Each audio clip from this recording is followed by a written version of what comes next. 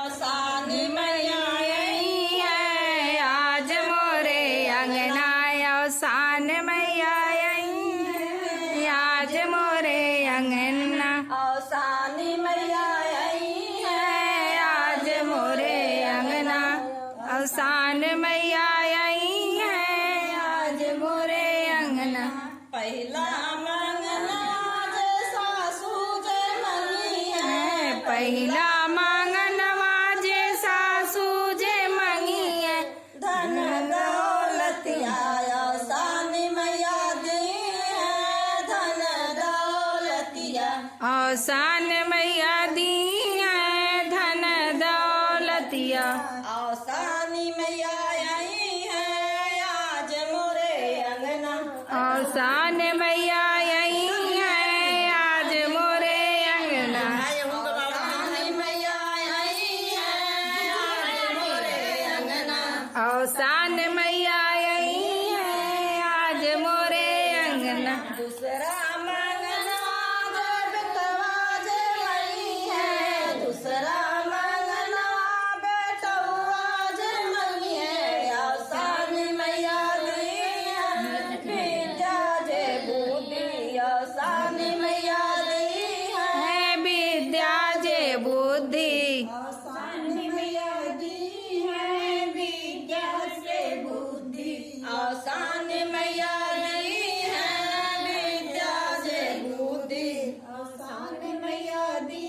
है, विद्या से बुद्धि। आज मोरे अंगना औसान मैया आई है, आज मोरे अंगना औसान मैया आई है, आज मोरे अंगना। तीसरा मंगनवा जे बहुवर जे मंगी है, तीसरा मंगनवा जे बहुवर जे मंगी है, औसान मैया भरी है, उनकर जे गोदिया औसान मैया भरी है,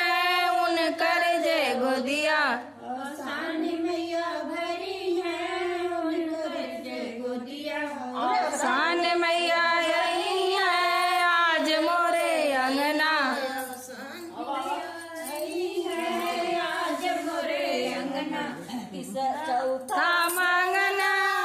साजन जे मंगबे, चौथा मंगना जे साजन जे मंगी है, औसान मैया दी है, उनकर जे औसान मैया दी है, उनके जे बुद्धि औसान मैया दी है, उनके जे बुद्धि औसान मैया दी है, उनके जे बुद्धि औसान मैया आई है, आज मोरे अंगना औसान मैया आई है,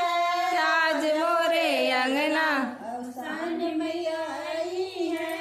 आज मोरे अंगना। पचवा मंगना हो हम ही जे मंगबे, पचवा मंगनवा जे हम ही जे मंगबे, औसान मैया करी है, अमर सुगनवा औसान मैया करी है, अमर सुगनवा औसान मैया करी है, अमर सिंदूरवा औसान मैया करी है, अमर सिंदूरवा। आज मोरे अंगने औसान मैया आई है, आज मोरे अंगना औसान